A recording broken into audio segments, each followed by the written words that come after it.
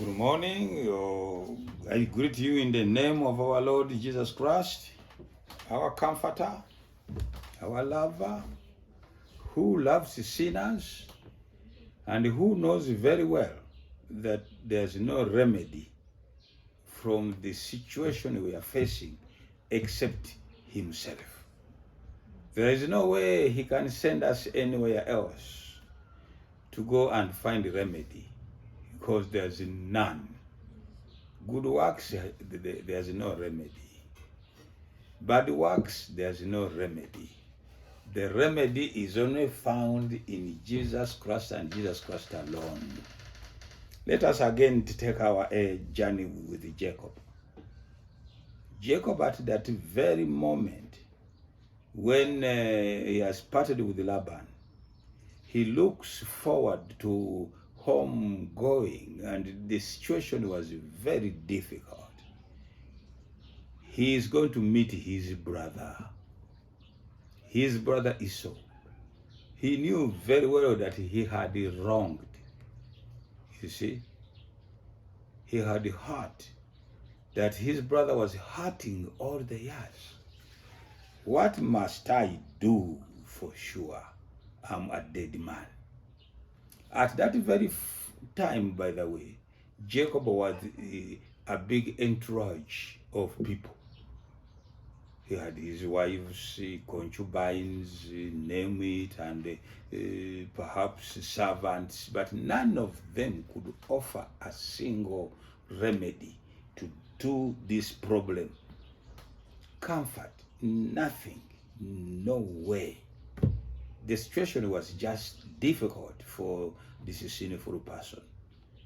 And you and I, who have come to such a situation due to our own foolishness, for example, due to our incapacitation, or that we can't do good. We are totally incapacitated. We may want to, but we find ourselves incapacitated. People have been shedding tears in front of committees, pastors, and we keep on asking them, why did you do that? Such a question is actually irrelevant at that very time. We are very good at asking, why did you do such a kind of things? You see, a kind of a thing. Didn't you know the results? Didn't you know what can come out of that? Didn't you know that there are pregnancies? Didn't you know this? Didn't you know that? Asking somebody who is in tears and who is facing such a crisis, such a type of questions, shows that you have no an idea who you are, yourself who is asking. We have to learn to know, to share, and be with the people who are hurting, who are grieving, even if that suffering is self-inflicted. Usually, all the suffering we come into ourselves, the biggest percentage of it is self-inflicted. Sinning is self-infliction. It isn't an accident. And then say, none of you can argue that he doesn't know that committing adultery is bad. But people continue to do so. Totally hopeless. There's addiction, you see, of some type. And people they wish they escaped from situations which they thought havens of peace at that very particular time. And they walked into such a kind of terrible behavior for personal gain, for comfort perhaps at that particular time, for a short enjoyment of time, you know. But that is what precisely the state of sin is all about. That is what precisely defines a fallen human being. A fallen human being is not an angel, and he will never be. He will never be until this body is dressed with another body. Therefore, it is our duty, we who have understood how kind God is and Jesus Christ is, to also transfer the same kindness to those who are grieving. Don't ever ask, didn't you know? Oh yes, I knew. But why did you go on? Well, that's the way I am. Personal weaknesses overtook me. I could not control myself no matter how much I wanted to. I found myself slipping and falling flat. I have known people who are always condemning sin. They are calling it by its name. So you are told. Sin has no another name. Sin is sin. Whether mental or action, it is all sin. Calling it by its sin name can't help anything whatsoever. In terms of salvation, it can't take you anywhere by calling sin by its name. First of all, the sin you call by its name, it is you yourself. I always see people walking proudly calling sin by its name. I wished many times that these people know the magnitude of the catastrophe humanity is facing, including themselves.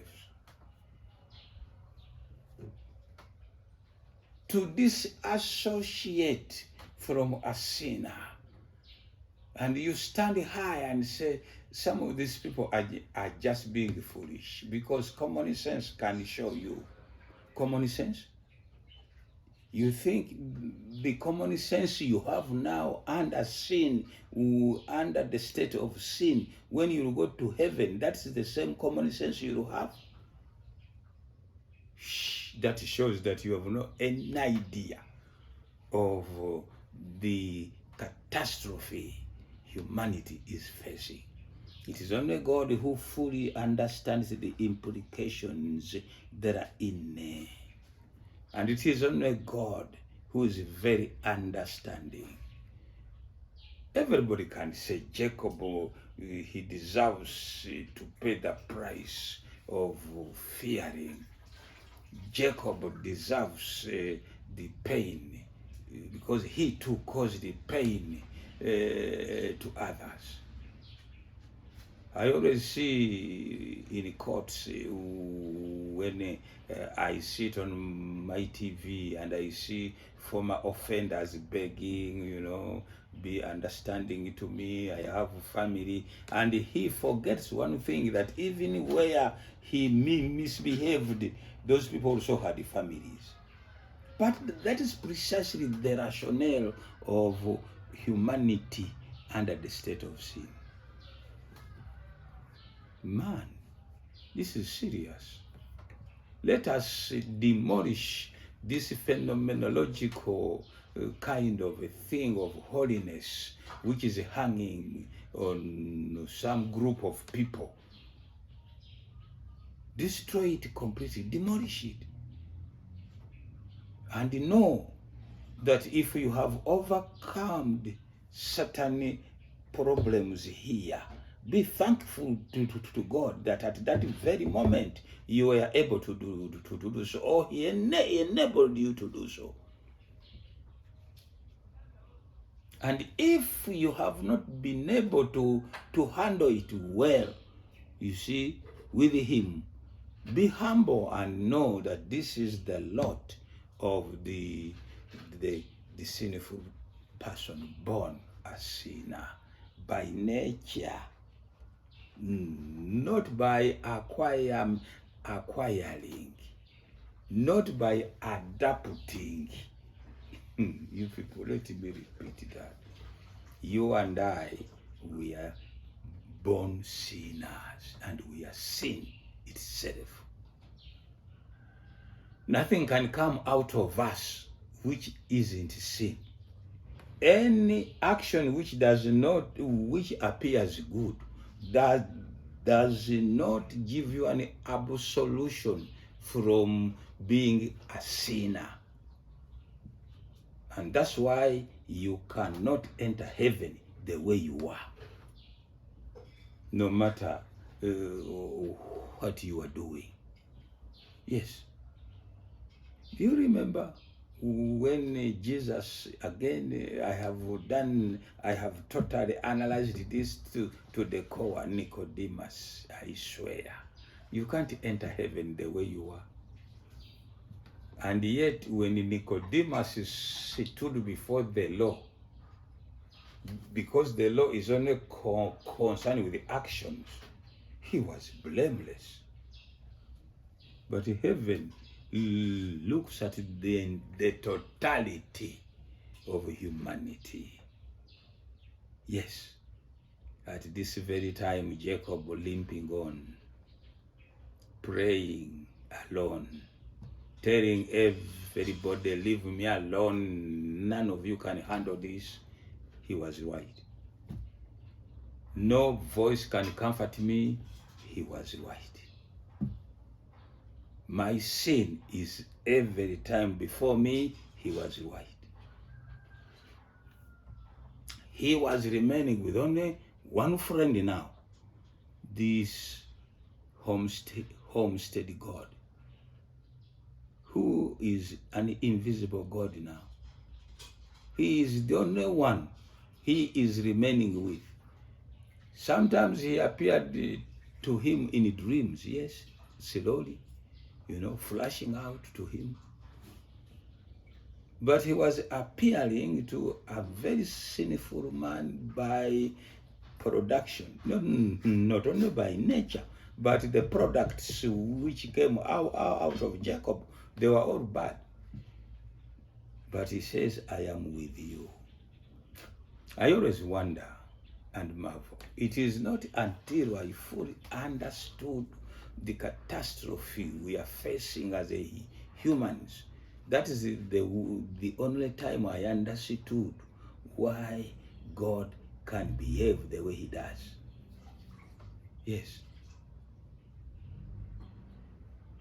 If you have a lame child in a wheelchair, you can't harass that child to walk.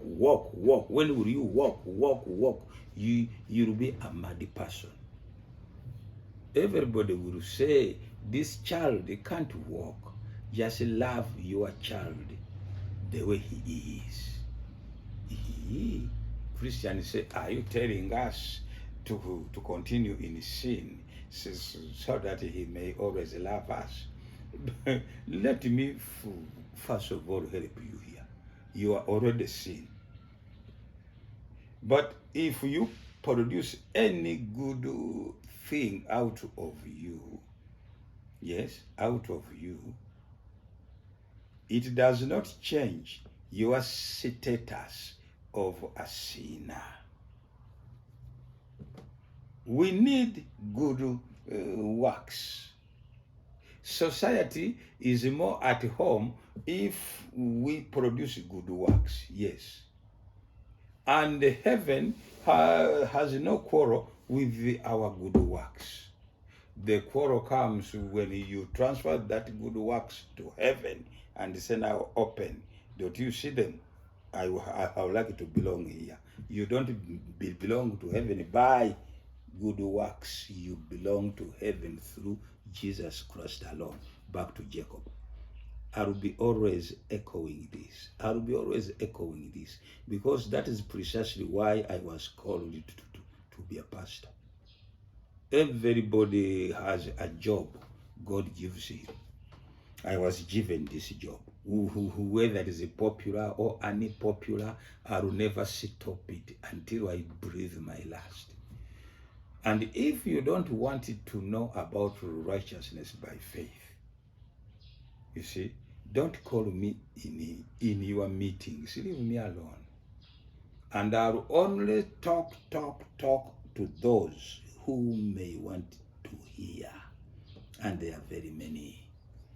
Jacob, his wives, leave me alone. Go across that place. Cross over. Leave me here alone. Everybody, as he remained alone. At that critical time, a serious time for Jacob, a crisis. You see? Yes. We have so many terms we now use, that spiritual crisis. I wonder whether there's anything like a spiritual crisis anymore after understanding the predicament of man. Spiritual crisis can only come when good works can contribute to my salvation.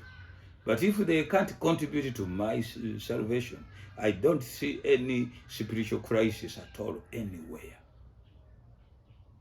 Because from day one until we die, we are all of us covered by spiritual crises since we are sin. Any individual who can't enter heaven by him or herself is a spiritual crisis. This is not an exaggeration. And this is not a reaction. I'm stating a fact. Let nobody tell you that, look at me. It is a terrible situation to look to a sinner looking at a sinner as the answer or example of his problems. That's why Jesus was sinless, so that we can look at him or to him for our problems. Jacob, he is in a spiritual crisis, which always follows automatically man born of a woman. Man born of a woman. Even if you make up your mind that from now onwards I'll be deciding properly, carefully, even the decisions themselves, they are hopelessly covered with the state of sin. Yes. That's why you people, some people immediately get confused when they discover things which they thought that they can't happen in the community of those who are Christian community, that Christian community and the so-called non-Christian community. There are things which you say, does that also happen here? Politics, for example, or religious politics. Can it also be here? Why not? Why can't it be there? Christian or no Christian, we are sinners, and sin is not acquired by choice. It is not taught in school that I have been educated to be a sinner. You see, it is not an optional to a man born of a woman. Anybody born of a woman, the moment comes on this planet, or the moment it is conceived, the state of sin is conceived in that one. You see? And we have a problem. Then the next presentation it will be a hint how come Jesus was a friend of sinners. Yes, you can see that. Let us also copy the example of Jesus and God and be a friend of sinners. God bless you.